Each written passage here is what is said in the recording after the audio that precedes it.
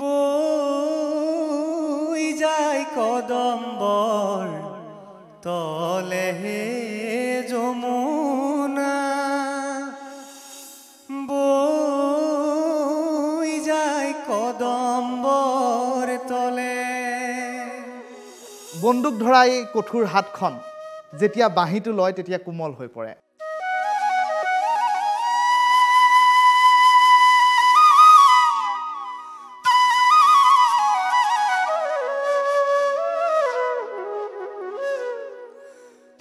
আমাক চব প্ৰভুৱে কৰাই আছে, আমি কোন হয়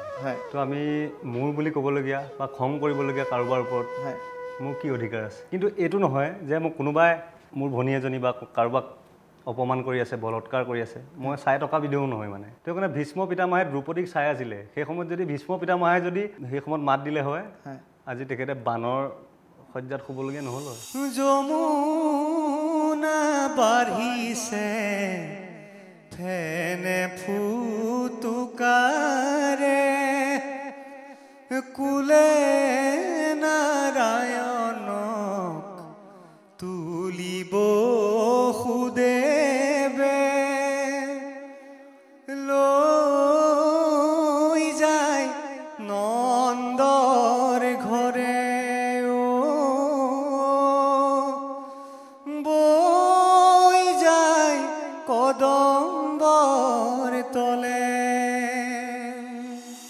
নমস্কাৰ প্ৰিয় দৰ্শক, টাইম 8ৰ বিশেষ অনুষ্ঠান পৰিধিৰ এটা নতুন খণ্ডৰ সৈতে মই ঋতুৰাজ মেধি আকৌ এবাৰ আপোনালোকৰ কাষ চাপিলোহি। প্ৰত্যেক দিনটোৰ দৰে আজিৰ দিনটোতো পৰিধিত আছে এনে এগৰাকী সমল ব্যক্তি, যিগৰাকী সমল ব্যক্তিৰ সৈতে আপোনালোক পৰিচয় হৈছে বহু পূৰ্বেই সামাজিক মাধ্যমৰ জৰিয়তে। আৰু আজিৰ দিনটোত এই পৰিধিৰ অতিথিৰ আসনত বহিছেহি ধৰ্মেন্দ্ৰ হাজৰিকা নামৰ এগৰাকী শিল্পী, যিগৰাকী শিল্পী একাধাৰে অসম আৰক্ষীৰ এগৰাকী জোৱান আৰু সমান্তৰালকৈ সংগীত আৰু বাদ্যটো তেওঁ পাৰ্গত। সেইগৰাকী ধৰ্মেন্দ্ৰ হাজৰিকাক প্ৰথমেই আমি আপোনালোকৰ সৈতে চিনাকি কৰাই দিছোঁ। ধৰ্মেন্দ্ৰ হাজৰিকা, প্ৰথমে স্বাগতম জনাইছোঁ পৰিধিলৈ। নমস্কাৰ, সেৱা জনাইছোঁ প্ৰথম। ধন্যবাদ। হয়, আচলতে প্ৰথমটো প্ৰতিক্ৰিয়া আপোনাক দেখি মোৰ প্ৰথমটো প্ৰতিক্ৰিয়া এনে হয়, মোৰ মনৰ অনুভৱ আৰম্ভণিতে অনুষ্ঠানৰ প্ৰাৰম্ভণিতে আপোনাক জনাইছোঁ। যেতিয়াই আপোনাক দেখোঁ সামাজিক মাধ্যমৰ আপোনাৰ যিসমূহ পৃষ্ঠা আছে সেই পৃষ্ঠাসমূহত যেতিয়াই মই আপোনাক দেখোঁ তেতিয়াই মোৰ মনলৈ প্ৰথমতে ভাৱ অহা প্ৰথমটো প্ৰতিক্ৰিয়া হৈছে যে খাকী পোছাকত আৱৰি সামৰি থোৱা এক সম্ভাৱনাপূৰ্ণ প্ৰতিভা হৈছে ধৰ্মেন্দ্ৰ হাজৰিকা। আপোনাৰ প্ৰতি মোৰ এয়া প্ৰথম প্ৰতিক্ৰিয়া। আৰু আজিৰ দিনটোত আপুনি আমাৰ পৰিধিৰ অতিথিৰ আসনত বহিছেহি, গতিকে অনুষ্ঠানটোৰ প্ৰাৰম্ভণিতেই আমি আপোনাৰ পৰা অকণমান ভক্তিমূলক কিবা এটা শুনিম, বাঁহীয়েই হওক বা আপুনি যদি কিবা গায়। নিশ্চয়।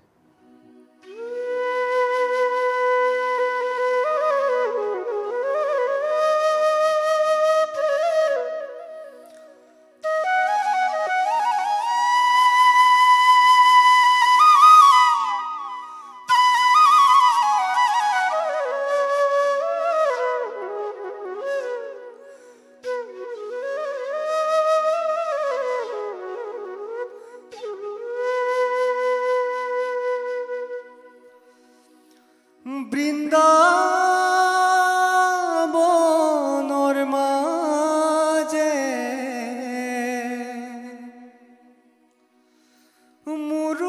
মুৰুলীৰ সুৰতে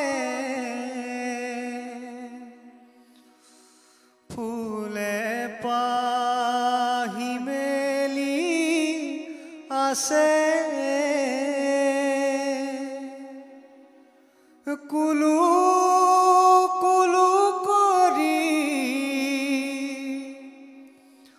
যমুনা বাঢ়িছে মৰাই চালি ধৰি নাচে বৈ যায় কদম্বৰ তলে হে যমুনা বৈ যায় কদম্বৰ তলে। যমুনা বাঢ়িছে ফেনে ফুল কুলে নাৰায়ণ তুলিব সুদেৱে লৈ যায় নন্দৰ ঘৰে বৈ যায় কদম্বৰ তলে কংসৰ কাৰাগাৰে কান্দে আই দৈৱকী কান্দে আই দৈৱকী কৃষ্ণৰ মুখলৈ চাই। খুব ধুনীয়া লাগিল। আচলতে অনুষ্ঠানটো প্ৰাৰম্ভণিতে জীপাল হৈ পৰা পৰিলক্ষিত হ'ল। প্ৰথমটো প্ৰশ্ন মোৰ আপোনালৈ, বন্দুক ধৰা এই কঠোৰ হাতখন যেতিয়া বাঁহীটো লয় তেতিয়া কোমল হৈ পৰে, ইয়াৰ আঁৰৰ ৰহস্যটো কি? আমাৰ দৰ্শকসকলে অকণমান জানিব খুজিব। আচলতে যদি আপুনি প্ৰভুৰ চৰণত আছে, যদি প্ৰভুৱে সকলোবোৰ কৰি আছে বুলি আপুনি জানে, যদি গোটেই জগতখন প্ৰভুৰে আৱৰি আছে বুলি যদি জানে, তেতিয়া আপুনি সেই বাঁহীটো বা বন্দুকটো মাজত পাৰ্থক্য নাথাকে। সময়ত সেই বন্দুকটো মোৰ ইনষ্ট্ৰুমেণ্ট হৈ যায় বা বাঁহী হৈ যায়। আৰু সেই বন্দুকটোৱে কেতিয়াবা কাৰোবাৰ কাৰণে বিপদজনকো হৈ যায়। সেইটো কথা একদম ব্যতিক্ৰমী কিন্তু আপোনাৰ চিন্তাধাৰা। মই আপোনাক শেহতীয়াকৈ যি অবজাৰ্ভ কৰিলোঁ, অবজাৰ্ভ কৰি গম পালোঁ যে সাংঘাতিক ব্যতিক্ৰমী মানুহ এগৰাকী আপুনি। এহাতে যদি AK-47 আৰু আনহাতে আপুনি হাতত তুলি লৈছে মুৰুলী, আৰু মুৰুলীৰ সুৰেৰে মোহাচন্ন কৰি ৰাখিছে। আপোনাৰ এটা যথেষ্ট ফেন বেছ আছে আপোনাৰ সামাজিক মাধ্যমৰ যিসমূহ আমি পৃষ্ঠা দেখিছোঁ, সেই পৃষ্ঠাসমূহত আপোনাৰ যথেষ্ট দৰ্শক আছে, আপোনাৰ যথেষ্ট অনুৰাগী আছে। আৰু খাকী পোচাকযোৰৰ আঁৰত থাকি সততেই অসম আৰক্ষীৰ বুলিয়ে নকওঁ, যে এনেধৰণৰ সামৰিক বাহিনীৰ লগত জড়িত যিসমূহ মানুহ, যিসমূহ লোক, সেইসকলৰ একোটা বদনাম থাকে। বদনাম বুলিয়ে কৈছোঁ মই, যে অসম আৰক্ষীত কাম কৰা মানুহ অকণমান হুটা গোটা হয়, ৰাফ এণ্ড টাফ কাৰবাৰ এটা থাকে তেওঁলোকৰ। কিন্তু ধৰ্মেন্দ্ৰ হাজৰিকা এই ক্ষেত্ৰত সাংঘাতিক ব্যতিক্ৰম, খুব সুকোমল এজন মানুহ। আৰক্ষী বুলি ক'লে খঙাল হ'বই লাগিব বুলি তেনে কোনো কথা নাই, তথাপিও ধৰ্মেন্দ্ৰ হাজৰিকা যেন আৰক্ষীৰ পোচাকত খুব সাংঘাতিক সুকোমল এজন মানুহ। আচলতে মই নহয় কোনো, মোক চব আমাক চব প্ৰভুৱে কৰাই আছে, আমি কোন হয়। তো আমি মোৰ বুলি ক'বলগীয়া বা খং কৰিবলগীয়া কাৰোবাৰ ওপৰত মোৰ কি অধিকাৰ আছে? মোক কাৰোবাৰ প্ৰতি হিংসা কৰিবলগীয়া মোৰ কোনো অধিকাৰ নাই। কাৰণ মই এটা জীৱ বা মই এটা বস্তু যদি মই সৃষ্টি কৰিব নোৱাৰোঁ, তাক হত্যা কৰিবলৈ মোৰ মানে ক্ষমতা নাই। কিন্তু এইটো নহয় যে মোক কোনোবাই ধৰক কোনোবাই মোৰ ভনী এজনী বা কাৰোবাক অপমান কৰি আছে, বলৎকাৰ কৰি আছে, মই চাই থকা বিধেও নহয়। মানে ভীষ্ম পিতামহা নিচিনা মই সময়ত ধৰ্মেন্দ্ৰ হাজৰিকাই AK-47ও ল'ব, সময়ত বাঁহীও ল'ব। একদম সত্য। দেশখন ৰক্ষা কৰিবলৈ যিহেতু সোমাইছোঁ, তেওঁ কাৰণে ভীষ্ম পিতামহে দ্ৰৌপদীক চাই আছিলে। সেই সময়ত যদি ভীষ্ম পিতামহে যদি সেই সময়ত মাত দিলে হয়, আজি তেখেতে বানৰ সজ্জাত শুবলগীয়া নহ'ল হয়। সজ্জাত শুবলগীয়া নহ'ল হয়। খুব খুব তত্ত্বগধুৰ কথা এটা ক'লে আপুনি। কিবা এভাগ যদি আৰু শুনিব পৰা যায়। নিশ্চয়। আচলতে মোৰ অতি প্ৰিয় মঞ্জুস্না মহন্ত বাইদেউৰ এটি গীত মই চেষ্টা কৰোঁ। শেৱালি সৰে পুৱতি কন্দুৱাই, সপোন মৰহি মৰে পোহৰ হেৰুৱাই। নিশাৰ শেৱালি সৰে পুৱতি কন্দুৱাই, সপোন মৰহি মৰে পোহৰ হেৰুৱাই। নিশাৰ শেৱালি সৰে দুবৰি বনৰ দলিচা দুটি ফুল এটি পাত, দুবৰি বনৰ দলিচাত দুটি ফুল এটি পাত, চকুত নপৰে কাৰো হাত, এৰি অহা সিপাৰত কাৰোবাৰ চেনেহত, এৰি অহা সিপাৰৰ কাৰোবাৰ চেনেহত, চিনা জিনাই একো নাই চিনা জিনাই একো নাই নিশাৰ শেৱালি খৰে পুৱতি কন্দুৱাই সপোন মৰহি মৰে পোহৰ হেৰুৱাই নিশাৰ শেৱালি খৰে খুব সুন্দৰ আসলে খুব ভাল লাগিল খুব এটা পুৰণি গীত মঞ্জুস্না মহন্ত বাইদেউৰ খুব এটা পুৰণি গীত মোৰ যথেষ্ট প্ৰিয় এই গীতটি আৰু আপোনাৰ মুখত আপোনাৰ কণ্ঠত আমি বহুত দিনৰ মূৰত শুনিছোঁ এই গীতবিলাক বহুত অধ্যয়ন কৰিব লাগে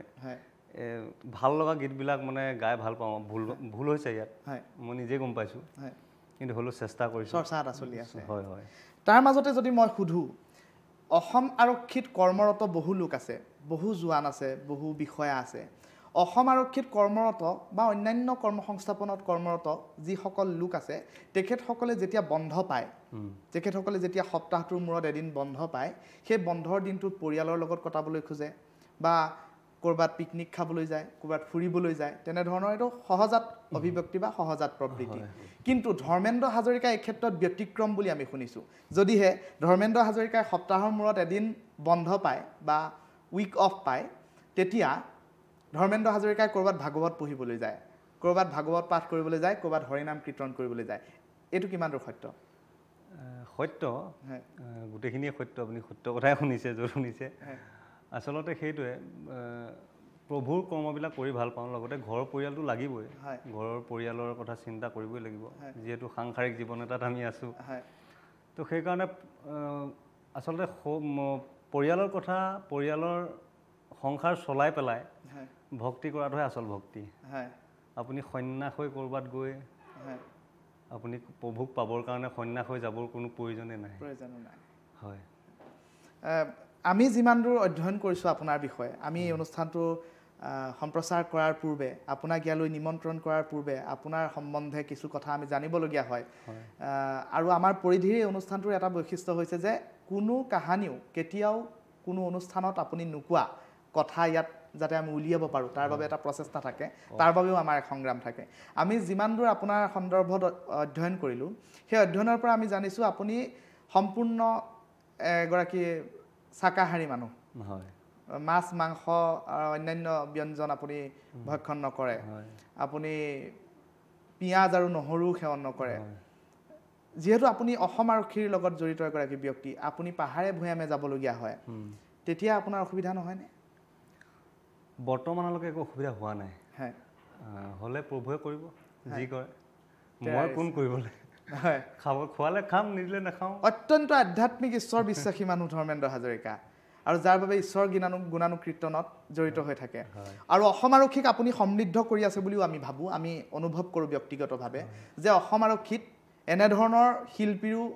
স্থান আছে এনেধৰণৰ শিল্পীয়েও সমৃদ্ধ কৰি ৰাখিছে অসম আৰক্ষীক যি মুহূৰ্তৰ ভিতৰতে বাঁহীটোৱে বজাই দিব পাৰে মুহূৰ্তৰ ভিতৰতে ঢোলটোৱে বজাই দিব পাৰে মুহূৰ্তৰ ভিতৰতে গীত এটিও গাই দিব পাৰে যদি দেশভক্তিমূলক কিবা এটি অকণমান গুণগুণাই দিব পাৰে হয় নিশ্চয় মই চেষ্টা কৰিম যেহেতু আপুনি অসম আৰক্ষীক সমৃদ্ধ কৰা অসম আৰক্ষীৰ পোচাকযোৰ পিন্ধি আহিছে যদি দেশভক্তিমূলক যদিহে কিবা অকণমান যদি আপুনি সুবিধা হয় আপোনাৰ সুবিধা হয় আমি অকণ নিশ্চয় মই চেষ্টা কৰিম নিশ্চয় जहाँ दाल दाल पर सोने की चिड़िया करती है बसेरा वो भारत देश है मेरा वो भारत देश है मेरा जहाँ सत्य अहिंसा और धर्म का पग पग लगता मेरा ये भारत देश है मेरा ये भारत देश है मेरा ये धरती वो जहाँ ऋषि मुनि जपते प्रभु नाम की माला जहाँ हर बालक एक मोहन है और राधा एक बाला राधा एक बाला जहाँ सूरज सबसे पहले आकर डाले अपना फेरा वो भारत देश है मेरा वो भारत देश है मेरा वो भारत देश है मेरा वो भारत देश है मेरा ধন্যবাদ ধন্যবাদ দেশ মাতৃৰ প্ৰতি আপোনাৰ যি প্ৰেম সেই প্ৰেম এক প্ৰকাৰ উদ্বুদ্ধ হৈ পৰা পৰিলক্ষিত হ'লে গীতটিৰ মাজেৰে আন এটা প্ৰশ্নলৈ আমি গৈছোঁ আধ্যাত্মিকভাৱে খুব উদ্বুদ্ধ কৰিব পৰা এক ব্যক্তিত্বৰ অধিকাৰী ধৰ্মেন্দ্ৰ হাজৰিকা আমি যিমান দূৰ আমি আপোনাক অধ্যয়ন কৰিছোঁ এই ধৰ্মেন্দ্ৰ হাজৰিকাই এটা সময়ত ঘৰৰ পৰা পলায়ন কৰিছিল এইটো কিমান দূৰ সত্য একদম সঁচা কথা মানে সহজ অৰ্থত যদি ক'বলৈ যোৱা যায় ঘৰৰ পৰা ভাগি গৈছিল এটা সময়ত হয় হয় কিয় যাবলগীয়া হৈছিল কিয় মানে সেই সময়ত অলপ উদণ্ড আছিলোঁ আচলতে জীৱনটো কিটো সেই সময়ত বুজি নাপাওঁ হয় মাত্ৰ ঘূৰিব লাগে ফুৰিব লাগে পঢ়া মেলা ইমান ধান্দা নাথাকে গাঁৱত আমি ডাঙৰ হোৱা আপোনাৰ ঘৰ লখিমপুৰ ঘিলামৰা ঘাঁহিগাঁও তো সেইকাৰণে মাৰ লগত কিছুমান তৰ্কাতৰ্কি হৈ থাকে মানে মাহঁতেতো সদায় ভালৰ কাৰণে চিন্তা কৰে কিন্তু আমাৰ মানে মনত সেইবিলাক ভাৱ নাহে খালি ঘূৰিব লাগে তো নতুন চাইকেল আনি দিছে মোক স্কুল বা হেৰি যাবলৈ স্কুল যাবলৈ কলেজ যাবলৈ তো মানে মেট্ৰিক পাছ কৰি পেলাই তাৰপিছত কি কৰিলোঁ চাইকেলখন লৈ পেলাই গুচি গ'লোগৈ বেগ এটা লৈ এইফালে গোগামুখ ঘিলামৰাৰ পৰা গোগামুখ আহিলোঁ গোগামুখৰ পৰা ধেমাজি গুচি গ'লোঁ ধেমাজিত মোক মানে ল'ৰালি কালৰ এজন বন্ধু আছিল তাৰ ঘৰ টিহু সি আছিলে তাত মই তাক ফোন কৰিলোঁ ফোন কৰি পেলাই তাক লগ কৰিলোঁ সি এটা মোক বেকাৰীত ভৰাই দিলে বেকাৰী যে বিস্কুট ফেক্টৰী তো তাত সোমাই পেলাই কাম কৰিলোঁ তাৰপৰা সেই বিস্কুট বনালোঁ 7 মাহ নে 6 মাহ কিবা এটা আছিলে পাহৰিলোঁ তেতিয়ালৈকে ঘৰত গম নাপায় বা আপোনাক বিচাৰ খোচাৰো আৰম্ভ কৰা নাই নে সেয়া মই গম নাপাওঁ আপুনি আচলতে লগ দিব খোজা নাই মই আঁতৰি গ'লোঁ মানে অলপ আঁতৰি গুচি গ'লোঁ তাৰপিছত তাতে বিস্কুট বনাবলৈও শিকিলোঁ তাৰ মানে কেৱল বাঁহীয়ে নবজায় ধৰ্মেন্দ্ৰ হাজৰিকাই বিস্কুটো বনায় নাই এনেকুৱা নহয় মই আচলতে যোগালীয়ে ন আমাকতো বিস্কুট বা এইবিলাক হেৰি কৰিব নিদিয়েতো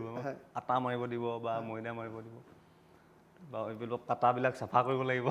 তাত তেল লগাব লাগিব তো এইবিলাক কৰিছিলোঁ তো এতিয়া মানে আটা এবেগ 2 বেগ মই আৰামত মাৰি দিব পাৰোঁ অকলে এইটো চৰ্চাটো আছে পাৰিম মানে বিয়া সভাত যদি প্ৰয়োজন হয় ক'ব পাৰিব মোক কিন্তু মই কোৱা নাই কাকো হয় তাৰপিছত আপুনি বিস্কুট ফেক্টৰীত 7 মাহ থাকিলে 6-7 মাহ তেনেকুৱাই আছিল নেকি পাহৰিলোঁ কিমান আছিল তাৰপিছত ঘৰলৈ উভতি যোৱা হ'ল নে নাই ঘৰলৈ গ'লোঁ ৰাসৰ সময়তো ৰাখিব নোৱাৰে ক'তো এতিয়া ৰাসে নিলে ৰাসেতো টানিবই য'তে নাথাকোঁ সেইটো কাৰণে ঘৰলৈ গ'লোঁ ঘূৰি ৰাস বুলি তাৰপৰা সেই শকত হৈ গৈছোঁ আৰু বিস্কুট খাই মেলি পুৰা শকত হৈ গৈছোঁ মানুহে মানে ভাল পাইছে ধৰ্মেন্দ্ৰ শকত হৈ আহিলি যে ইমান সুধিছে পুৰা বিস্কুট খাইছে আৰু মানে বিস্কুট খাই অত্যন্ত মই মানে এটা ডেক্সিত অকলে চাহ বনাই লওঁ মায়ে মানে গালি পাই মোক মানে তত নাপায় এটা ডেক্সিত অকলে চাহ এফালে বিস্কুট এপাকেট বিস্কুট মোৰ পৰা থৈ মানে শান্তি নাপায় ক'তো চব খাই দেউতাই মানে খঙতে এবাৰ এটা কাৰ্টন আনি দিলে খাওঁ কিমান খাওঁ বুলি আৰু সেই ধৰ্মেন্দ্ৰ হাজৰিকা বিস্কুটৰ কাৰখানাতে বহি আহিছে গতিকে শকত হৈ অহাটো স্বাভাৱিক বহুত খালোঁ আপুনি 7 মাহে কিয় নাই প্ৰশ্ন কৰা নাই নে ঘৰত কৰিছিলে মায়েতো অনবৰত গালি পাৰি থাকে ভালৰ কাৰণে কয় মই কৈছোঁ তো পাহৰি গ'লোঁ আৰু কি গালি পাৰিছিলে পাহৰিলে নে মনত নাই সেই উদণ্ড ধৰ্মেন্দ্ৰ হাজৰিকা আজি এগৰাকী শান্ত সমাহিত কৃষ্ণ ভক্ত হয় আৰু সেই উদণ্ড ধৰ্মেন্দ্ৰ হাজৰিকাই আজি এহাতে AK-47 লয় আনহাতে বাঁহীটো তুলি লয় আৰু সমগ্ৰ শ্ৰোতা দৰ্শকক মোহাচন্ন কৰি ৰাখে ধৰ্মেন্দ্ৰ হাজৰিকাই একাধাৰে কেৱল বাঁহী বাদকেই নহয় কেৱল এগৰাকী কণ্ঠশিল্পীয়ে নহয় তেওঁ ভাল ঢোল বজায় বুলিও আমি শুনিছোঁ এয়া কিমান দূৰ সত্য সেইটোতো একেবাৰে সত্য একেবাৰে সৰুৰ পৰা ঢোলেই বজাওঁ মই আপোনাৰ আৰম্ভণি ঢোল মোৰ আৰম্ভণি ঢোল খোল নেগেৰা গাঁৱৰ নামঘৰত যিহেতু আজি আমাৰ ষ্টুডিঅ'ত এটা ঢোলৰ আমি ব্যৱস্থা কৰিছোঁ এটা ঢোল আপুনি লৈ আহিছে আমাৰ অনুৰোধ মৰ্মে এই ঢোলটোত যদি আপুনি এচাপৰ নবজায় যদিও আপোনাৰ পোচাকযোৰে ঢোলৰ কথা কোৱা নাই তথাপিও ঢোলৰ এচাপৰ যদিহে আমি যদি দৰ্শকসকলক অকণমান শুনাব খোজে আপুনি নিশ্চয় মই শুনাম মোৰ ঢোল মানে কি সৰুৰ পৰা ঢোল বজালোঁ ঢোল বজাই আনুষ্ঠানিক শিক্ষা নাছিলে কাৰণ গাতে আছিলে এইটো ঢোলৰ বাদ্যটো মানে গাতে আছিলে সৰুৰ পৰা বজালোঁ বিহু মাৰিলোঁ তো গুৱাহাটীত আহি আমাৰ গুৰু এজন মই দৰকাৰ হ'ল প্ৰয়োজন হ'ল কাৰণ গুৰুৰ অবিহনে কোনো বিদ্যাই পাখি লগা কাৰ তো যিকোনো বিদ্যা গুৰু লাগিবই সেইকাৰণে আমি এজন গুৰু ল'লোঁ মোৰ শ্ৰদ্ধাৰ পংকজ বৰা আপোনালোকে চিনি পায় নিশ্চয়কৈ তেখেতক তো সেইজন মোৰ ঢোলৰ গুৰু তো তেখেতৰ মানে আশীৰ্বাদ হিৰত লৈ মই এখন উজাৰ লাগ সৰুকে ছুটিকে মই অকণমান বজাই দিম নিশ্চয় খুব চমুকৈ হয়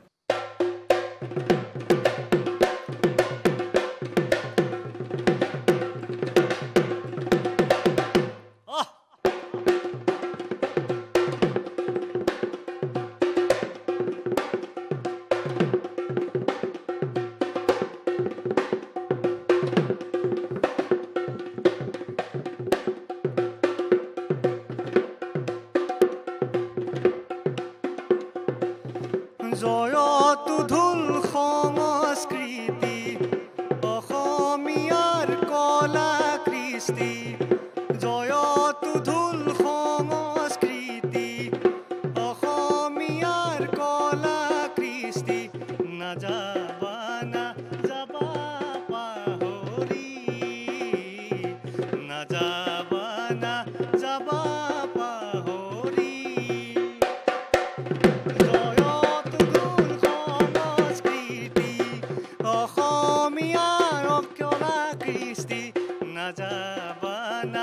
যাবা পাহৰি নাযাবা নাযাবা পাহৰি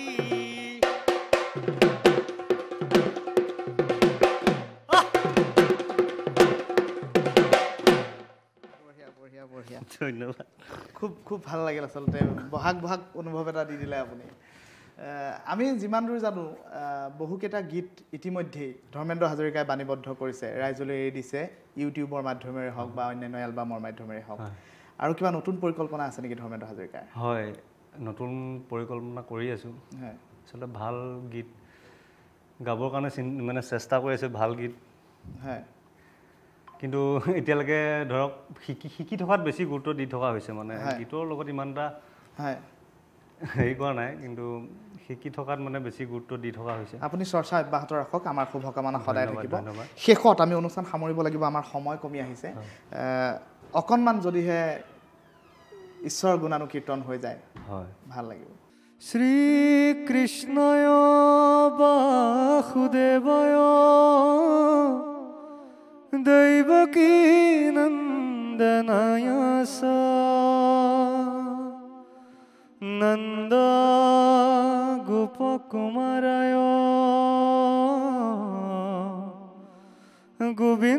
গোবিন্দায় নমো নমঃ নমঃ পঙ্কজনাভয়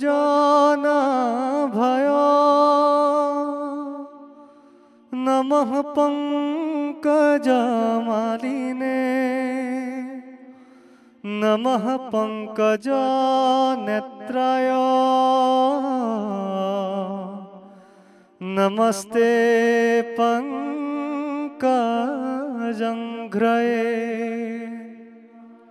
জয় শ্রীকৃষ্ণ খুব জীপাল হৈ পৰিল আচলতে অনুষ্ঠানটো অসম আৰক্ষীৰ এগৰাকী সুৰীয়া জোৱান হৈ থাকক ধৰ্মেন্দ্ৰ হাজৰিকা অসম আৰক্ষীক সমৃদ্ধ কৰি ৰাখক এহাতে যদি AK-47 চলায় আনহাতে বাঁহীটো লৈ সমগ্ৰ শ্ৰোতা সমাজক সমৃদ্ধ কৰি ৰাখক ধৰ্মেন্দ্ৰ হাজৰিকাই আপোনাক ইমান ব্যস্ততাৰ মাজত আপুনি আমাক আধা ঘণ্টা সময় দিলে তাৰ বাবে আমি আপোনাক ধন্যবাদ জ্ঞাপন কৰিছোঁ কৃতজ্ঞতা স্বীকাৰ কৰিছোঁ আৰু আপোনাৰ উজ্জ্বল ভৱিষ্যত কামনা কৰিছোঁ আপুনি আৰু আগুৱাই যাওক ঈশ্বৰ চিন্তাত নিমগ্ন হৈ থাকক এয়াই আমাৰ ফালৰ পৰা শুভকামনা আমাৰ ফালৰ পৰাও আপোনালোকৰ সকলো কৰ্মকৰ্তালৈ ঈশ্বৰৰ ওচৰত সেৱা থাকিব যাতে আপোনালোক এই কৰ্ম কৰি ভাল কৰ্ম কৰি আপোনালোকো আগুৱাই যাওক প্ৰভুৱে কৃপা বৰ্ষণ কৰক ধন্যবাদ জ্ঞাপন কৰিছোঁ প্ৰিয় দৰ্শক এয়া আছিল অসম আৰক্ষীৰ এগৰাকী সুৰীয়া জোৱান ধৰ্মেন্দ্ৰ হাজৰিকা আৰু ধৰ্মেন্দ্ৰ হাজৰিকাৰ বাঁহীৰ সুৰ সমান্তৰালকৈ তেওঁৰ সুললিত কণ্ঠই নিশ্চয়কৈ আমি অনুভৱ কৰিছোঁ আপোনালোকক মহাচন্ন কৰি ৰাখিব গতিকে পৰিধিৰ আন এটা নতুন খণ্ডৰ সৈতে পৰৱৰ্তী সময়ত আমি পুনৰ লগ পোৱাৰ প্ৰতিশ্ৰুতি দিছোঁ আৰু মই ঋতুৰাজ মেধিয়ে আজিৰ খণ্ডটোৰ পৰা বিদায় লৈছোঁ ধন্যবাদ